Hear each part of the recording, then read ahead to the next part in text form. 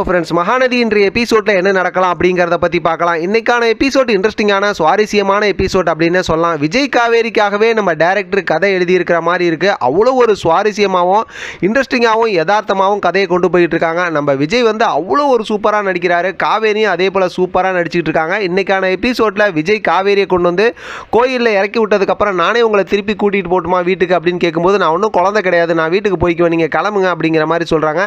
அதே நேரத்தில் காவேரியை வந்து பிரிய முடியாமல் அப்படியே விஜய் வந்து செம்மையாக ஒரு ரொமான்ஸில் கூட்டுட்டு அங்கேருந்து அப்படியே கிளம்புறாரு. இங்கே அதாவது காவேரி வீட்டுக்காரர் அதாவது விஜய் வந்துட்டார்ல, அதை தாங்க முடியாமல் சந்தோஷத்தில் இப்போ எல்லாத்துக்கும் ஃபோன் பண்ணி சாரதா சொல்லிக்கிட்டு இருக்காங்க. கங்காவுக்கு சொல்கிறாங்க, யமுனாவுக்கு சொல்கிறாங்க. இதெல்லாம் கேட்டு அவங்களும் ரொம்ப சந்தோஷப்படுறாங்க. என்ன நம்ம குமரன் நிவினை கொஞ்சம் காட்ட மாட்டேங்கிறாங்க. அதே நேரத்தில் பார்த்தோம் அப்படின்னாக்கா இந்த பிரச்சனை வந்து அதை பழசெல்லாம் ஞாபகம் வந்துச்சுன்னா பிரச்சனை வந்துடும் அப்படிங்கிறனால எல்லா சூழ்நிலையும் சரியானதுக்கப்புறம் நாங்கள் வந்து பார்க்குறோம் அப்படிங்கிற மாதிரி அவங்க சொல்லிடுறாங்க.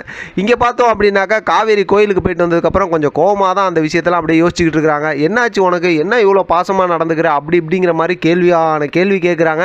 ஆனால் சாரதா சொல்லவா வேணும், அவ்வளோ சூப்பராக அதை சமாளிக்கிறாங்க. காவேரி தான் பாவம் அப்படியே ஒரு குழப்பத்தோடையே இருந்துகிட்டு இருக்காங்க. விஜய் வந்து காவேரியோட அந்த மெடிக்கல் ரிப்போர்ட்லாம் எடுத்துகிட்டு போய் டாக்டர்கிட்ட காட்டுறாங்க. டாக்டர் வந்து ரொம்ப தெளிவாக இந்த பிரச்சனைக்கு வந்து எந்த ஒரு ட்ரீட்மெண்ட்டும் இல்லை, அவங்களாவே ரெக்கவர் ஆனால் தான் உண்டு. அதனால் அவங்களுக்கு பழைய விஷயத்தை வந்து ஞாபகப்படுத்துகிற மாதிரி ரொம்ப இயல்பாக நடந்துங்க. நீங்களாக வந்து ஃபோர்ஸ் பண்ணி ஞாபகப்படுத்தினா அது அவங்களுக்கு பெரிய ஆபத்தாக முடியும் அப்படிங்கிற மாதிரி சொல்லிடுறாங்க.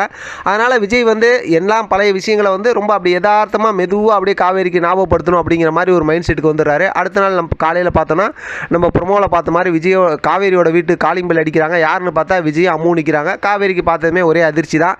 ஒரு செம்ம சூப்பரான க்யூட் மூமெண்ட் நடக்குது. இப்போ சாரதாவும் வந்துடுறாங்க. செம்ம சப்போர்ட் விஜய்க்கு. அதில் நடக்கிற ஒரு சூப்பரான ஒரு க்யூட் மூமெண்ட் என்ன அப்படின்னா, நீங்கள் இனிமேல் வந்து கேட்டுட்டு அனுமதி கேட்டுட்டுலாம் வர வேணாம், இது உங்கள் வீடு மாதிரி, எப்போ வேணால் வாங்க எப்போ வேணால் போங்க, ஒன்றும் பிரச்சனை இல்லை அப்படிங்கிற மாதிரி சொல்லும்போதெல்லாம் காவேரியோட ரியாக்ஷன் இருக்குது பாருங்கள். அதெல்லாம் நீங்கள் இன்றைக்கான எபிசோடில் பார்த்து என்ஜாய் பண்ணோம்.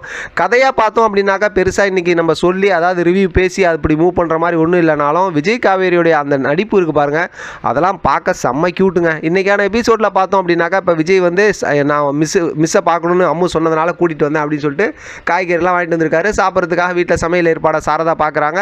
இப்போ காவேரி வந்து எப்பவும் போல் பார்த்தோம்னா என்ன பண்ணுறதுன்னு தெரியாமல் என்ன இவ்வளோ இதாக நடந்துக்கிறாங்க அப்படிங்கிற மாதிரி அந்த யோசனையில் இருக்காங்க. விஜய் வந்து எப்படியாவது காவேரி கூட ஜாலியாக பேசிக்கிட்டு இருக்கணும்னு சொல்லி அவர் பங்குக்கு அவர் சாக்லேட் பாயாக நடந்துக்கிறாரு. சூப்பராக ஒரு மாதிரி இன்ட்ரெஸ்டிங்காக இன்றைக்கான எபிசோட்டை முடிச்சிருந்தாலும் அடுத்து என்ன நடக்குங்கிறது நமக்கு ஏற்கனவே ப்ரொமோவில் தெரிஞ்சதான். அவங்க வீட்டுக்கு சாப்பிட கூட்டிகிட்டு போகிறாங்க. அங்கே போனதுக்கப்புறம் தாத்தா வந்து காவேரி எல்லாத்தையும் பார்த்து என்ன ரியாக்ட் பண்ணுறாங்க அப்படிங்கிற மாதிரி தான். அதாவது இங்கே உங்களுக்கு வந்து பழைய நினைவுகளை வந்து கொஞ்சம் கொஞ்சமாக காவேரிக்கு கொண்டு வரணும் அப்படின்னு சொல்லி டோட்டலாக எல்லாரும் சேர்ந்து பிளான் பண்ணி மூவ் பண்ணிக்கிட்டு இருக்காங்க. இதில் வந்து எது வரைக்கும் பசுபதிங்கிற அந்த மொக்க வில்லன் வராமல் இருக்காங்களோ அது வரைக்கும் கதை இன்னுமே சூப்பராக தான் போய்கிட்டு இருக்கும். பார்க்கலாம் அடுத்து என்ன நடக்குதுன்னு. இதை பற்றி உங்களோட கருத்து கமெண்ட் பாக்ஸில் தெரியப்படுத்துங்க. தொடர்ந்து ஆதரவு கொடுங்க. தேங்க்யூ ஃபார் வாட்சிங்.